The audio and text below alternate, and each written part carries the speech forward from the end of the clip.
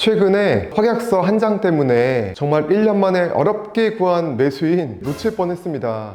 그때 며칠 전을 떠올리면은 굉장히 아찔한데요. 2년 전쯤에 우리 법인이 경기도 소재에 있는 토지와 건물을 낙찰받은 적이 있었습니다. 단층 점포라고 여러분들도 이해하시면 될 것 같은데요. 그 낙찰받은 그 목적물 건물 뒷마당에는 타인 소유의 컨테이너가 있었습니다. 네, 그 컨테이너 소유자는 인근에서 음식점 같은 사업을 하시는 분이었는데 경매가 진행되는 그 토지가 관리가 잘 안 되는 걸 알고 무단으로 컨테이너를 놓고 부식창고 같은 개념으로 사용 중이었던 걸로 저는 기억합니다. 저희는 이제 소유권을 취득했으니까 우리 토지와 우리 건물에 대해서 우선 그 권리를 행사할 수 있었잖아요. 근데 그 당시에 건물 임대를 맞추는데 뒷마당의 컨테이너가 크게 방해될 것 같지가 않았습니다. 그리고 아마 그 직후 건물은 월세 120만 원 정도인가 2년 단위로 월세 계약도 순조롭게 체결을 했었고요. 그리고 나니까 뒷마당에 있는 그 컨테이너를 어떻게 처분을 할까? 영도를 시킬까? 아니면 합법적으로 계약을 하고 우리는 지료만 좀 청구를 할까? 뭐 그런 고민을 좀 순간 한 적이 있었는데요. 당시 2022년도 그 말부터 금리가 막 인상되기 시작하지 않았습니까? 그리고 부동산 경기가 침체가 됐었고요. 그래서 당장은 이 토지와 건물을 매도하기는 어렵겠다, 그런 예상과 더불어서 높아진 금리에 대출에 대한 부담까지 자꾸만 쌓이다 보니까 컨테이너 소유자를 만나서 합의서, 확약서를 하나 쓰고 지료를 매월 얼마 정도 받아야 되겠다, 그렇게 2차적으로 처리했던 기억이 있습니다. 그때 그 실무를 담당했던 지금은 퇴사한 직원이 확약서를 만들고 컨테이너 소유자와 도장을 찍고 그 이후로 매월 약 20만 원인가 지료가 들어오게 되었는데요. 그리고 나서 건물 월세도 잘 들어오고 컨테이너 소유자도 매달 따박따박 20만 원씩 지료를 납부하니까 매매 수요가 없어서 한 일시적으로 좀 운영관리 기간이 좀 있었습니다. 그러니까 23년도 한 2월 달부터 올해 한 여름까지 약 한 1년 4개월 정도요. 근데 최근에 목적물에 토지와 건물을 매수하겠다는 매수인이 드디어 나타난 겁니다. 2년 전과 현재 시점도 여전히 그 부동산 분위기가 다르기 때문에 와, 이렇게 어려운 시기에 정말 잘 구했다, 순간적으로 그 기쁨에 젖었었는데요.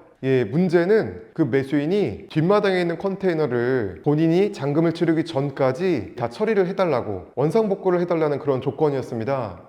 당연히 그게 어렵습니까? 컨테이너 소유자 만나서 컨테이너 당장 좀 언제까지 빼달라. 왜냐면 그 순간에도 제 기억 속에는 매매 계약서를 체결하면 컨테이너는 14일 내로 즉시 철거를 한다, 그런 조항들이 있었거든요. 위약 시 150만 원씩 매월 정상 지료를 납부한다. 근데 예전에 실무자는 퇴사를 했고요. 바톤을 이어받아서 우리 다른 담당자가 컨테이너 그 소유자를 만나러 갔었는데 문제가 터진 겁니다. 그 컨테이너 소유자가 굉장히 그냥 태연하게 이사비를 1,000만 원 정도 주면 나가겠다, 이러쿵저러쿵 어떤 트집을 잡으면서 돈을 과도하게 좀 요구를 했었는데요. 이사비 1,000만 원은 1,000만 원인데 더 큰 이슈가 발생됐다며 뒷마당에 컨테이너가 한 대가 아니라 한 4, 5대 정도가 더 추가로 설치가 되면서 컨테이너 최초 소유자가 거기서 그 전대차를 놓으면서 임대 사업을 하고 있는 것 같다고 그 컨테이너에 또 다른 임차인을 맞춰서 오히려 역으로 또 월세를 받는 거죠. 우리한테 매달 20만 원씩 내면서 본인은 약 한 100만 원 정도의 그 월세를 부당이득을 취득하고 있었던 거였습니다. 따라서 일이 커졌다 싶어서 제가 컨테이너 소유자한테 직접 전화를 했던 기억이 있습니다. 불과 한 2주 정도 됐나요? 근데 그 컨테이너 소유자가 굉장히 태연하게 저한테 하는 소리가, 아니 어제 그쪽 실무자가 와서 원만하게 대화가 다 통했는데 왜 이제 와서 딴지를 거느냐고, 당신이 누구냐고 하는 겁니다. 어쌤인 저보고요.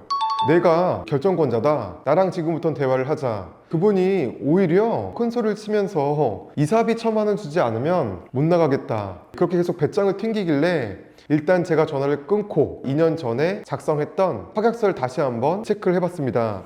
이게 바로 당시의 확약서인데요. 물론 퇴사한 담당자가 혼자 독단적으로 도장을 찍어 오진 않았겠죠. 제가 분명히 확약서에 대해서 최종 검토를 하고 승인을 해줬을 겁니다. 그런데 이 확약서가 이제 보니까 너무나 엉터리입니다.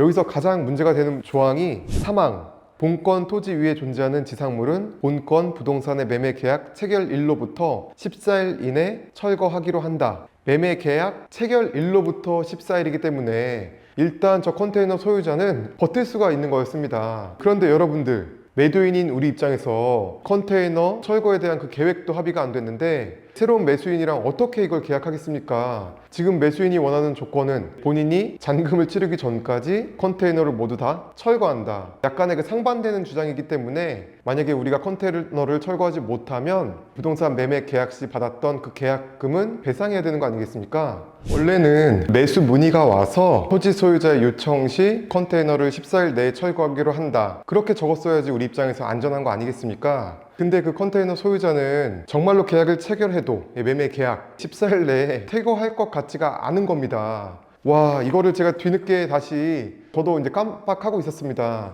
다시 본 순간 너무나 이제 심각성을 전 알게 되었고 컨테이너 소유자한테 다시 전화를 걸었습니다. 이제는 강경하게 대응을 해야 되겠다. 그리고 너무나 괘씸하잖아요. 우리 토지에서 독단적으로 컨테이너를 더 설치해서 임대 사업을 하고 있는 그 자체가 기본적으로 토지주한테 보고를 해야 되는 거 아니겠습니까?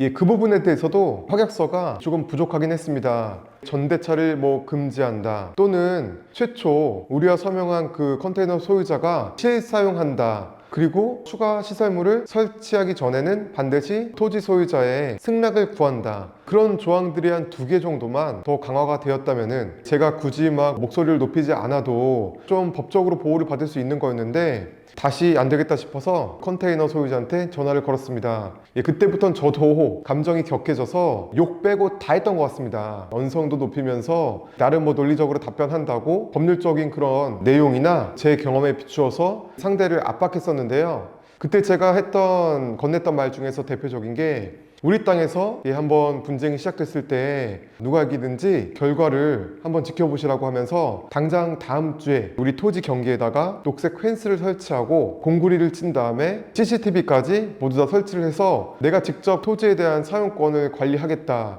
사실은 이 부분도 법적 다툼으로 가면은 조금 문제가 될 수 있습니다. 하지만 사람이 나중에 뒤늦게 생각하는 게 아니고 순간적으로 전화로 그런 압박을 공격을 하면 기에 짓눌려서 풀이 죽기도 하잖아요. 제가 즉시 행동할 것 같은 그런 거침없는 액션 때문에 한 30분 뒤에 그분이 다시 전화가 오더니 조금 수긍하는 그런 표현을 저한테 보여주셨습니다. 그 이사비 1,000만 원에 대한 의도는 제가 봤을 때는 그 나머지 컨테이너에 대해서도 그 임대차 계약을 본인이 했기 때문에 그런 위약금이나 그분들에 대한 이사비 같은 게 그 정도 발생되지 않았을까 그런 계산이 좀 나왔습니다.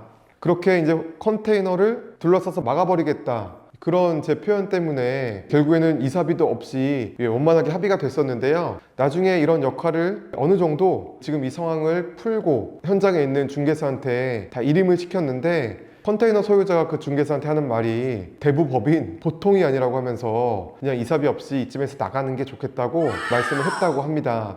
다행히 이 확약서는 너무나 엉터리였지만 이번 주에 얼마 전 그 매수인이랑 순조롭게 부동산 매매 계약을 체결하고 계약금까지 받아놨습니다. 그리고 이번 주에 컨테이너도 철거를 했고요. 여러분들, 보통 우리가 이런 매매 계약서 또는 임대차 계약서 일반적인 양식도 있고 대표적인 특약들도 쉽게 우리가 찾아볼 수 있어서 웬만큼은 사고가 없겠지만 이런 백지 상태에서 별도의 확약서를 적을 때는 정말 꼼꼼하게 이 양측의 입장을 둘 다 상상을 해보면서 체결하셔야 됩니다. 계약서 한 장으로 인해서 파급 효과는 엄청나게 성패로 달라질 수도 있는 겁니다. 그러면 계약서, 확약서, 그런 약속에 대한 중요성을 다시 한번 강조드리면서 오늘 영상은 여기서 마치겠습니다. 지금까지 어쌤이었습니다. 감사합니다.